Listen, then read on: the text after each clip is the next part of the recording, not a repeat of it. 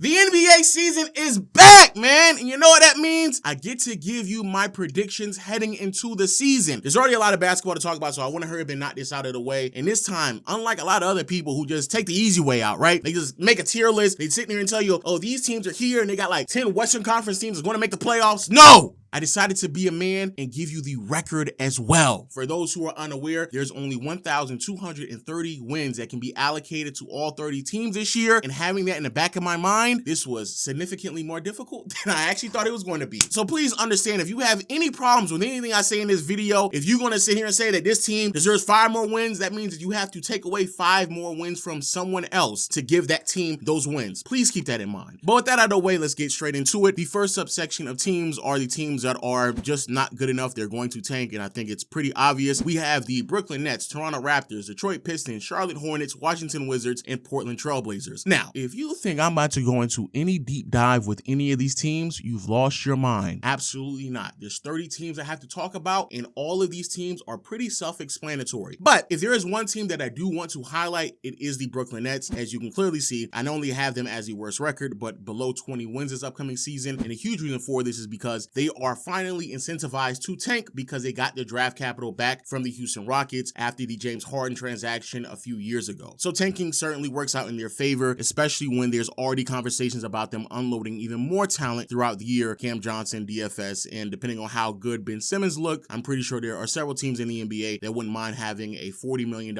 expiring contract on their books either. So that's the biggest reason why I have the Nets as the worst team in the upcoming season. Now, with that being said, moving on to the next subsection, I like to call this group of teams too talented to tank. We have the Utah Jazz, San Antonio Spurs, Atlanta Hawks, and Chicago Bulls. Now again, pretty self-explanatory. Utah Jazz still have Lauri Markkanen on their roster, which means that they should win more than 25 games this upcoming year. Atlanta, it's going to be really hard pressed for me to ever believe that this is going to be a team that's going to win fewer than 35 games when they have Trae Young on the roster. On top of that, they don't have the rights to their draft pick this upcoming year because they traded to the Spurs to go get DeJounte Murray, so there's no real incentive for them to tank. And as much as I am a believer in Wemby, and I do like the addition of Chris Paul, Harrison Barnes, and everything that they're doing out there in San Antonio, it's really hard for me to believe that they're going to be able to muster up enough wins in a very competitive Western Conference to not be in this subsection of teams. Again, I'm huge on Wemby. I like what he provides, especially on the defensive side of the floor, and I do believe he's going to be much more sustainable and potentially take an even further leap on the offensive end. But as a 5 and a sophomore, and again, in a very competitive Western Conference, it's going to be hard for them to muster up more than around like 30 wins this upcoming season. But then we have the Chicago Bulls, who do have a lot of talent on their roster. I'm huge on who Zach LaVine is going to be. Lonzo looks really great. I love what I saw to Kobe White last year. And Big Vooch is a quality 5 in the league. And so, again, just too much talent to really put themselves in the same class as like the Portland Trailblazers, for example. But with all that being said, there still is a team that lost their draft pick to the San Antonio Spurs a couple years ago in acquiring DeMar DeRozan, but it is top 10 protected. So they still want to find themselves in a situation where they are one of the top or bottom 10 teams in the NBA. So they are incentivized to tank a bit. Add on top of the fact that they're trying to offload on some talent, Vucevic, Lonzo, and LaVine, and more than likely a Bulls team that could potentially rally closer to a 40-win season is probably going to find themselves much closer to the 30-win mark than any higher. Now, moving on, the next subsection of teams, and it's actually just 2 of them, I like to call the victims of the West. And those 2 teams are the Houston Rockets and the Los Angeles Clippers. This is where it became very difficult for me to allocate certain wins to certain teams, even as high and optimistic that I may feel on the Houston Rockets in particular. It's just going to be hard for them to muster up enough wins to make a play-in appearance and certainly a playoff spot. Sure, you can be very high and optimistic on who they are, but the Western Conference is no joke. It's really difficult to go after as many wins as possible, and so I could easily find themselves still hovering around 500, even though the Rockets showed a lot, and I do mean a lot of potential and promise towards the tail end of last year, in particular with Jalen Green and how great he looks. And of course, Sengun is really piecing it together as well, with a lot of other complementary pieces also working out in their favor. But a very, very tough West. And then moving to the Clippers, where I don't really think I have to go into that much detail. Going into the season with an undefined timeline on when you're going to get Kawhi back is certainly going to hurt you in a very, very competitive Western Conference. If they were in the East, maybe they can get a few easy wins because of the talent is lacking towards the bottom half of the conference. But having Harden trying to go out there and backpack a team like he was back in Houston a couple of years ago, at this stage of his career, just isn't going to work at all. And the team over the years has slowly regressed in talent that has surrounded their star in Kawhi to the point where it's just not going to be enough in a very competitive Western Conference. And so because of the amount of games that I do believe Kawhi is inevitably going to miss, I do believe that the Clippers are going to find themselves roughly around a 500 ball club this upcoming year. Now, this is where things get really interesting. I mean, really, really interesting. The next section is the play-in section. Even though, yes, Chicago and Atlanta, they're technically going to be in a play-in, but let's just call a spade a spade. I mean, they're not really playing teams. But this is where things got very interesting for me in the Western Conference. So we have the Pelicans, Grizzlies, Kings, Warriors, and then Sixers and Miami Heat. I do believe when it comes to the Sixers and Heat, pretty self-explanatory. When it comes to Miami, I was never sold on Terry Rozier being a starting point guard for really any team in the NBA, and I definitely don't think it's going to be enough to put them over the top. Yes, Jimmy Butler is supposed to have a revenge season, but I don't necessarily know what that looks like at his advanced age. And as much as I really love Bam, I don't think that he is a floor raiser, at least to the point in which you can compete in a fairly competitive top half of the Eastern Conference. And then when it comes to the Sixers, their record isn't necessarily a representation of the talent that's on a team, rather than the availability of Paul George and Joel Embiid. We're already starting off the season with Embiid missing the first 3 games of the year, and there's already been conversations about how he's going to miss back-to-backs. So there's already a lot of conversation and discussion about where they're going to fall, and I do believe because of that decision, though I understand it, to make sure that he is healthy and available for the upcoming postseason, it is going to hurt them in the standings, and they're probably going to find themselves around a 45, 47 win ball club this upcoming year. Now, in the Western Conference, this is all interesting. Out the gate, New Orleans. First, when it comes to the Pelicans, I find myself dropping them lower and lower every single time I just think about what this team is and how they've been constructing their roster. No 5 position at all. As a sidebar, I am recording this post their first game, so now DeJounte Murray is going to be out for potentially 2 months of basketball. Still don't have Trey Murphy. Zion had an illness. Hopefully he will be available by game 2, but a lot of questions and concerns for this team. But not having a center in a conference that loves to bang down low, has a lot of big bodies, a lot of big front courts, get to the basket, manipulation of the 5 spot, being weak at that position is certainly going to hurt you in the West. And I also just don't know enough about the availability of Zion throughout an entire 82-game regular season to where it's not going to compromise the seeding for the Pelicans, so that's why I have them there. Then we have the Grizzlies, Kings, and Warriors all having the exact same record, 46 wins. This is where things got really, really difficult, and you can go really either way when it comes to all 3 of these teams. Personally, I'm not that high on Memphis. This is a team that basically has like 2 or 3 floor spaces on the team, and 2 of them in Luke Kennard and Aldama don't really play that many minutes because they're not that great defenders and they don't really provide much outside of 3-point shooting. So Desmond Bane has a lot of heavy lifting in terms of that role. And then in terms of what Ja's going to look like in that type of offense, it has always looked questionable at best. So whatever Ja's going to look like in this offense, again, people are going to be high on who Ja is just because he's finally back and the impact that he has is undeniable, but it's still going to be awkward at times as it always has been. And then defensively, that has really been their bread and butter, even when their offensive woes have really kicked in over the past couple of years. But defensively, I just don't believe that this is the same team that they were a few years ago. A duo of Triple J and Marcus Smart, in my opinion, isn't as good as a duo as Triple J and Dylan Brooks. And more importantly, though, Zach Edey as your starting 5, to me, I have a lot of questions and concerns. I like what he did in college. I love what I saw in preseason, but in the NBA, going up against starters, people who know how to pick apart a slow-footed big man, there's going to be a lot of questions and concerns in terms of what he can do really on both sides of the floor. And because of that, I have a hard time putting them in the next subsection of teams in the NBA. And honestly, similar identifiable flaws can be said with the Warriors and Kings. However, I do believe their ceiling is slightly higher. I'm not the biggest fan of the DeMar DeRozan addition to the Kings. However, I do like the versatility that he does provide in contrast to what Harrison Barnes was giving them. And so there could be a level of dynamic play that could win them some games just sheerly off of talent alone. And so I do like that upside slightly higher than I do like the Grizzlies. And then you have the Golden State Warriors, where I personally really love what they did defensively on the perimeter, giving Kuminga the starting role by putting him next to Andrew Wiggins. And then you have Draymond. Defensively, what that team can look like is going to be wonders. However, when the shots are not falling with Wiggins, I do have a lot of concerns on what the team is going to look like. And there's only so much that Curry can really handle offensively at an advanced age. And because of that, even though I am really high on what this team can look like defensively, offensively, I do believe that there is a very clear and defined ceiling to what this team can do. Shout out to B-Pod, shout out to Buddy Hield. I do believe that Hield is actually a really good addition, but how many minutes he's going to play and what is it coming at the cost of defensively, especially if they're playing a 3-guard lineup, who knows? And so because of that, I just have a hard time seeing myself putting the Warriors anywhere near higher than around a 46 win, maybe 47 win ball club this upcoming year. After that, we have the playoff teams. Now in the Western Conference, the separation between the play-in teams and the playoff teams are very, very small, and you'll see when it comes to the standings. But in the Eastern Conference, I do believe it's pretty prominent. These teams are the Mavericks, Nuggets, Wolves, Suns, Lakers, Bucks, Magic, Pacers, Cavs, and Knicks. Now again, most of these teams, once more, are fairly self-explanatory. I love what Indiana has done over the past couple of years. Offensively, they have reached heights that are really, really hard to compete with at times, but defensively is what's going to continue to hold them back, which is why I have them towards the tail end of this section in the Eastern Conference. Cleveland, a sneaky good team in the Eastern Conference that continues to go underneath the radar, a juggernaut defensively. Hopefully we can see a leap with Evan Mobley, and Donovan Mitchell is always holding it down. Be prepared for a mid-season transaction with the Cleveland Cavaliers, because I do believe the time with Jared Allen is coming to a conclusion and they desperately need a wing out there with the Cavs, but I believe a 50-win team is fairly self-explanatory. The New York Knicks is probably the team that a lot of people are going to be upset with me, especially because they see them competing with the Orlando Magic. Personally speaking, I am not the biggest supporter of what the Knicks did in the offseason. The more I thought about it, yes, I do believe that it fits seamlessly, especially when people are making their shots. However, I do believe there is a knock on the defensive side of the floor, with Towns being the last line of defense, especially until Mitchell Robinson comes back. Then you have the Mikal Bridges conundrum, which is going to be certainly concerning, and I'm not the biggest fan of Josh Hart receiving any large amount of minutes on any team, especially when that three-point shot isn't falling. Now, with that being said, I do believe Brunson is going to have an MVP caliber season. I do believe on certain teams they will have favorable matchups with Karl Anthony Towns and Brunson in pick and pop situations. And so yes, a regular season team that's going to ring off around 52 to 54 wins is certainly possible, but I don't believe that they're this clear, unanimous second best team in the Eastern Conference, not at all. Then when it comes to Orlando Magic, I do believe that they're going to take that next step in the right direction, as they have been slowly doing over the past couple of years. Last year, defined themselves as a juggernaut defensively. They kept that identity over the offseason while adding some offensive pieces with KCP in particular. Franz Wagner, however, is the biggest question mark for this team. If his shot is falling, it certainly changes a lot, and I do mean a lot, of what this team looks like offensively, and I am banking on that. Huge fan of Franz myself, and I definitely hope that what he looks like in this upcoming season is slightly better than what we normally see out of him last year, because last year was really, really bad. And also, the Paulo leap, in my opinion, is going to make this team competitive with the likes of the Knicks and even the Milwaukee Bucks as well. And then when it comes to the Bucks,